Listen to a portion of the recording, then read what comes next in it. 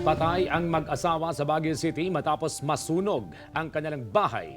Tutukan sa report.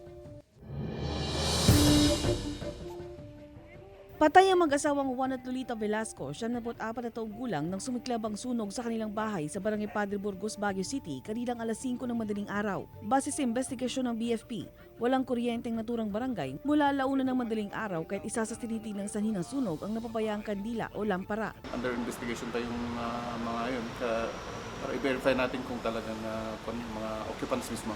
Tumanggi na magbigay ng pahayag sa harap ng kamera ang anak ng mga biktima na si Cesar, pero anya, ang mag-asawa lang daw ang nasa bahay na mangyari ang sunog. Gawa sa painudang ancestral house sa mga Velasco, kaya mabilis umanong kumalat ang apoy. Bahagya namang nadamay ang bahay ni Cesar sa sunog. May kapansanan at bedridden na raw ang kanyang ama na si Juan. Natagpuan ang bangkay nito na nakahiga sa kanilang sofa. Nahanap naman sa loob ng banyo ang labi ng inang si Lolita. May sakit daw yun kaya hindi nakalabas. Hinanap pa namin yung matanda, yung babae, yung asawa ng Juan. Bali pumunta ng CR, doon siya naabutan. Inaalam pa ang kabuang danyo sa sunog. Patuloy naman ang investigasyon ng Baguio City Fire Department sa insidente.